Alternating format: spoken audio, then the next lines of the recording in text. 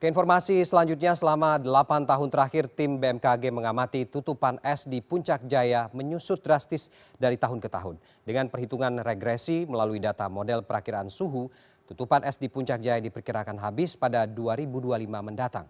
Inilah indikasi bahwa perubahan iklim sudah terjadi di Indonesia.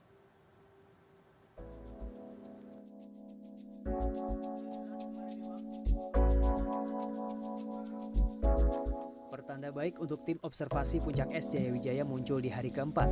Pagi datang dengan langit cerah tanpa kabut. Tim observasi kembali bersiap di Bandara Aing Buging, Tembagapura.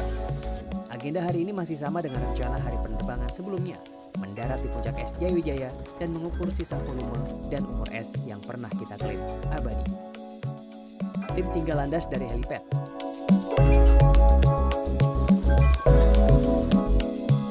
Bergerak ke ketinggian 5.000 kaki atau sekitar 1.500 meter di atas permukaan laut. Helikopter melaju secepatnya ke Puncak Jaya. Sekitar 10 menit penerbangan, tim akhirnya bisa melihat Puncak Es Jayawijaya. Sangat jelas, terhampar di hadapan kami. Menurut pilot kami, inilah cuaca paling cerah dalam 2 pekan terakhir. Sayangnya, rencana pendaratan gagal. Tidak ada pijakan aman untuk pendaratan heli di atas es yang semakin susut. Dalam kondisi cuaca secerah ini, inilah kondisi atau jarak terdekat kita melihat salju abadi. Inilah sisa yang kita punya di salju di Puncak Jayawijaya. Dan kita memang tidak bisa memaksakan diri untuk mendarat karena landasan untuk heli itu tidak memungkinkan karena sudah mulai surutnya sisa salju yang ada di sini. Kalau kita bisa melihat di situ ada pori-pori salju.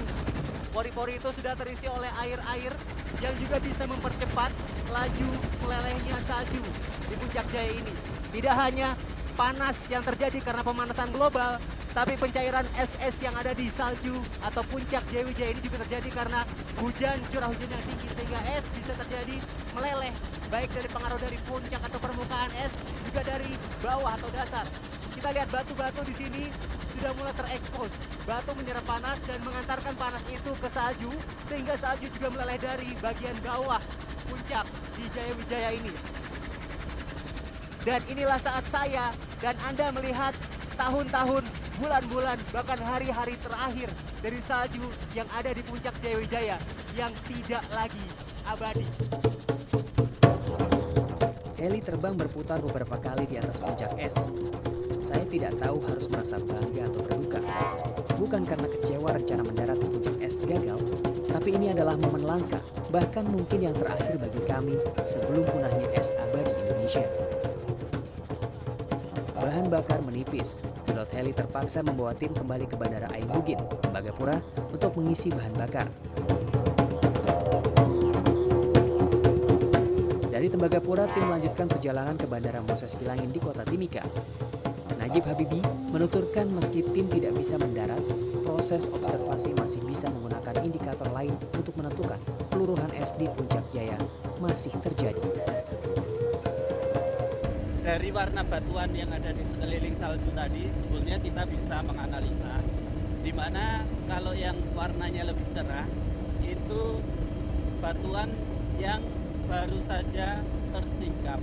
Kalau kita lihat tadi memang secara visual perubahannya sangat besar, tapi memang kita belum punya data pastinya berapa penurunan untuk tahun 2016 sampai 2018 ini. Sampai tahun 2016 sekitar 10 meter kalau dibanding dengan tahun 2010. Kemudian dari kita melakukan perhitungan regresi namanya ya, itu dengan data model perakiraan suhu itu paling tidak ya maksimal kemungkinan tahun 2025 akan habis. Tidak lama lagi Indonesia akan kehilangan es abadi.